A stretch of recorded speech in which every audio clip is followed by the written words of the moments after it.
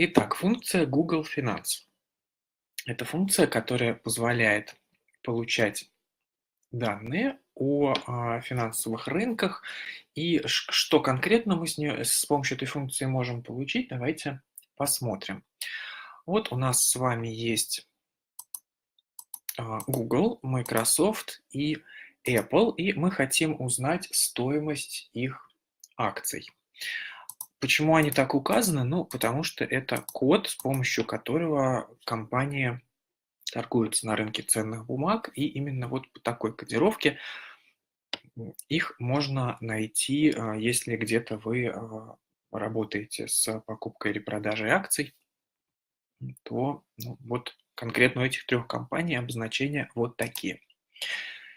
И давайте с помощью Google Finance, с помощью функции Google Finance узнаем стоимость акций.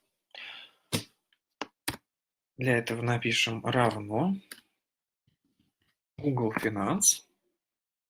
И смотрите, у функции довольно много различных сегментов внутри самой этой функции, но обязательным является только первый. Все остальные являются дополнительными и могут позволить вам немножко сделать запрос более узким, ну или наоборот каким-то более разнообразным. Если же мы просто введем первый аргумент, это код, кодом является как раз вот одно из вот таких сокращений. Мы можем написать его вручную в кавычках. Вот так. Ну, либо, чтобы не прописывать каждый раз вручную, просто сослаться на ячейку, содержащую соответствующий код. Он единственный обязательный аргумент, этот код, поэтому пока что закрываем скобку, нажимаем Enter, немножко ждем и получаем результат. Вот столько стоит акция Google в долларах. На какой момент показывает Google Finance данные? Ну, либо на текущий момент, либо это будет цена закрытия, то есть цена предыдущего дня, в зависимости от того, в какое время вы смотрите эту стоимость и работает ли на текущий момент биржа. Обновление этой функции происходит на периодической основе. Если вы открываете таблицу, которая была закрыта, то данные подгружаются снова и свежие, но при этом обратите внимание, что при использовании вот такой вот функции внизу появляется плашка, на которой нам сообщают о том, что данные могут задерживаться вплоть до 20 минут. То есть рассчитывать на то, что это прямо обновление в режиме реального времени ежесекундно, тут не стоит. Давайте попробуем нашу функцию немножко усложнить уже на примере Microsoft. И мы с вами знаем, что такое код. Посмотрим, что еще туда можно добавить. Код мы берем теперь вот этот от Microsoft, точка, запятой, атрибут. Атрибуты, несколько из них я вынес вот сюда для наглядности. Если мы ничего не указываем, как в первом случае для Google, у нас автоматически считается, что мы выбрали атрибут price, то есть котировка цены в реальном времени.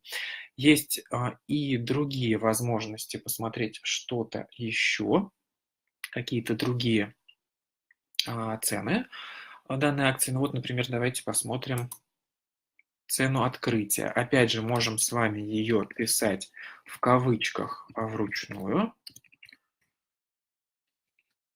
либо ссылаться на ячейку, в которой атрибут указан. Ну, вот так и поступим. Опять же, закрываю скобку здесь, нажимаю Enter и получаем вот такой результат по цене открытия стоимости акций Microsoft. Так, ну и еще чуть более усложнимся по количеству аргументов, посмотрим, что есть дальше. Дальше у нас есть период, который мы можем задать с помощью даты начала и даты окончания, либо количество дней. Последний аргумент интервал, мы его использовать не будем, но у него есть всего два варианта: единица или семерка. Единица – это ежедневно, семерка – это еженедельно. Ну, соответственно, если вы хотите не по дням, а по неделям получать результаты, то вот сюда поставьте семерку в качестве интервала. И еще важная особенность. Когда мы с вами пытаемся с помощью Google Finance получить какие-то данные, вот так как мы уже это сделали, мы получаем одну единственную цифру. Если мы с вами укажем дату начала, дату начала и дату окончания, то это уже данные за период и выведут нам, соответственно, не одно значение, а целый массив данных. Давайте посмотрим, как это выглядит. Равно Google Finance. Искать мы будем Apple. Точка с запятой. Давайте посмотрим самую высокую цену. High. Точка с запятой. И далее нам нужно указать, за какой период мы будем с вами искать стоимость. Давайте пока закроем функцию и увидим ошибку. Ничего страшного, мы сейчас вернемся к ней, чтобы поправить.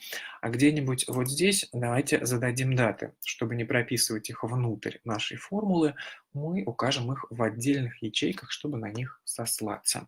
Ну и давайте возьмем какой-нибудь ретроспективный период, например, 12 мая 2015 года пусть будет у нас дата начала, и 14 мая 2015 года окончание. Вот они наши две даты.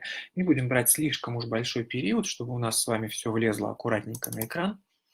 И возвращаемся в нашу функцию. Ставим точку с запятой. Дальше у нас идет дата начала.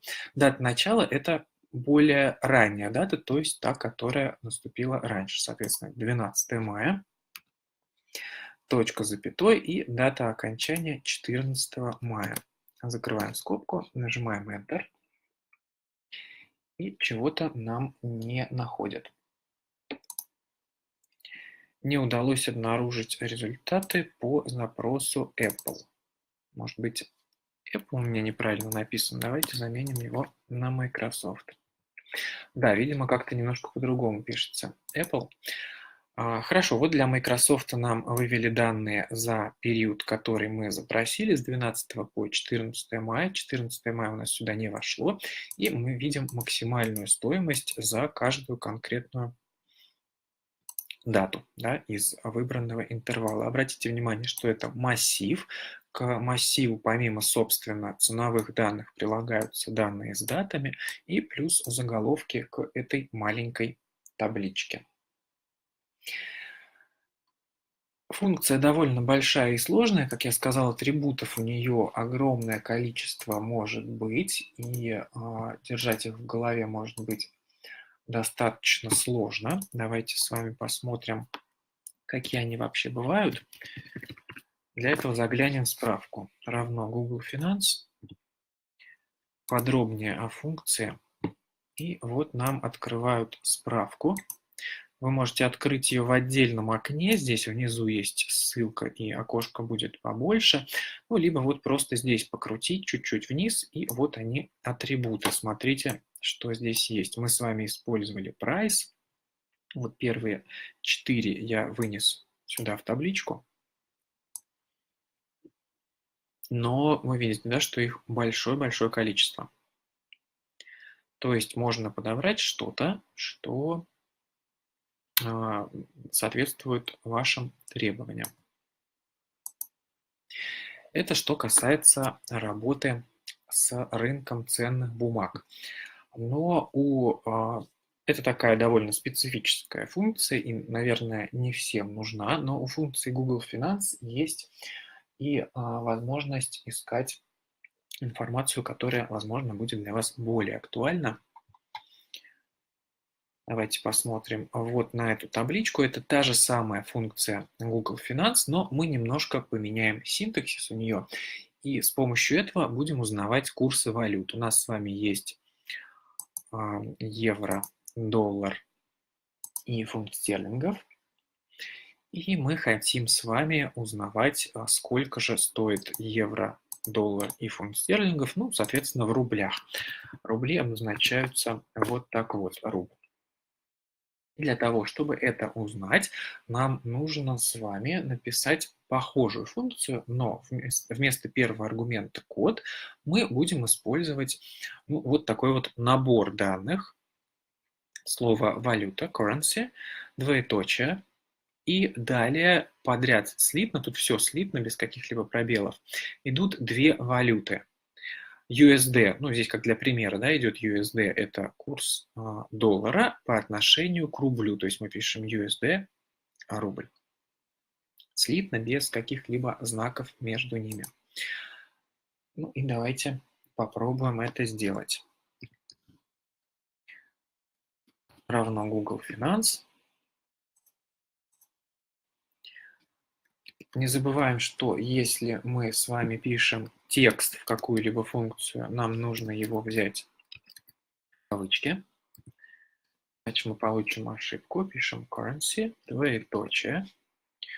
Ну и вот как здесь, давайте только для евро мы сейчас ищем. Евро, рубли. Открываем кавычку, открываем скобку и получаем результат по курсу евро. Соответственно, по отношению к рублю. Какой здесь атрибут мы с вами используем? Ну, опять же, по умолчанию подстановка идет атрибута price, то есть это цена в режиме реального времени. И давайте немножко посмотрим, как мы можем в данном случае нашу функцию усовершенствовать.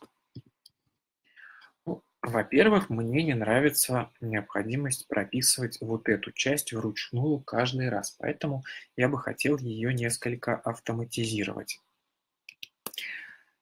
Давайте сделаем вот так. С большой или с маленькой буквы мы пишем, тут не имеет никакого значения, можно все с больших писать, можно все с маленьких. Ну, я стараюсь писать так, чтобы было красиво и удобно читать.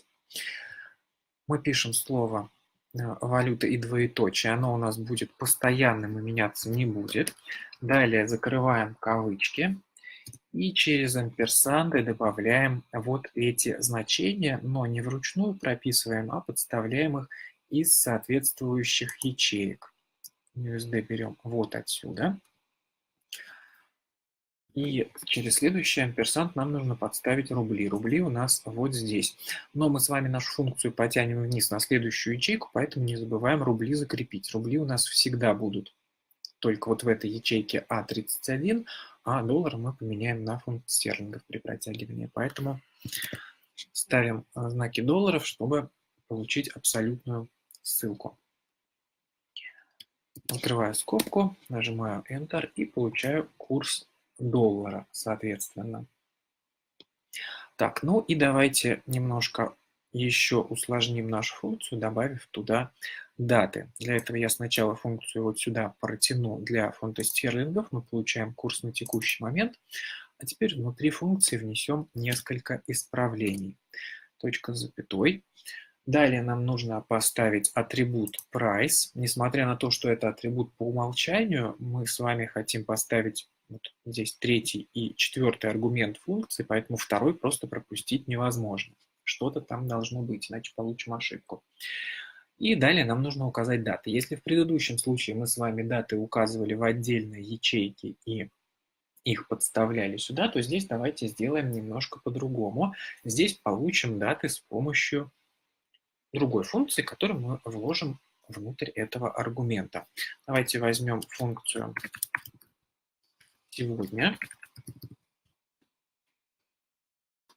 которая берет сегодняшнюю дату. Сначала мы ставим дату начала, то есть более старую дату. Да? Мы с вами хотим сделать что? Чтобы у нас была какая-то одна дата и вторая дата.